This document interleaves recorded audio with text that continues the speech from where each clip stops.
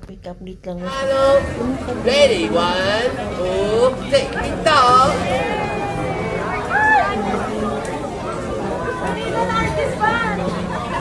So, mayroon lang mga nakakita ng mga Filipino fans na nandoon nga sila sa Taiwan and nakasabay nila. So, ayun nga, mayroon nga silang gagawin doon, and isa pa doon is nag-post yung atong boys to, na si Yusun SB19. So, malamang isa sila sa mga magiging mentor, sa isang show, sa isang malaking station doon sa Taiwan. So, ayun, yung dyan na nga magkasama na nga sila, and parang pumunta sila sa mga market, night market. So, ayun, medyo maulan-ulan pa, and siyempre bumisita sila sa Sony Music Taiwan. So, ayun, and siyempre bumisita din sila doon sa isang malaking radio station, Hit FM sa Taiwan.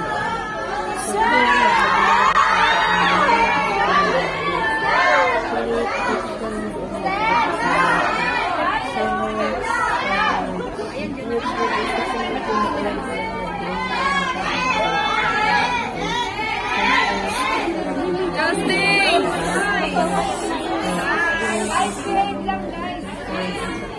meeting kasi yung mag-isip talaga sa kanilang mga trabaho para lang naman sa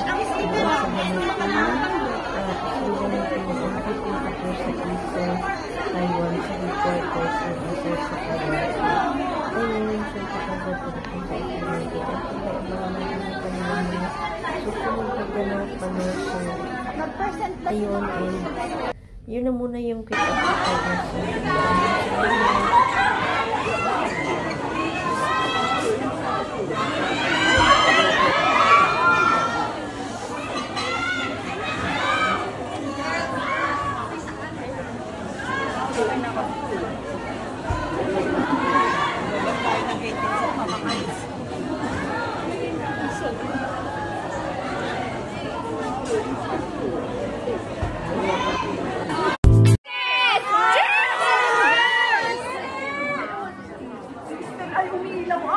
Hi, Jess!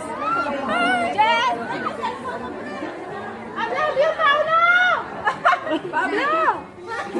Yes, love you, Ken! Love you, Stel! Love you, Pablo! Pablo, love you! Stel, love you! Stel, love you! Ken! Wow, di kita nakita! Love you all! Ja, why na eh? Why? Ang ganda ni Jess! Ang ganda ni Jess! Ang ganda ni Jess!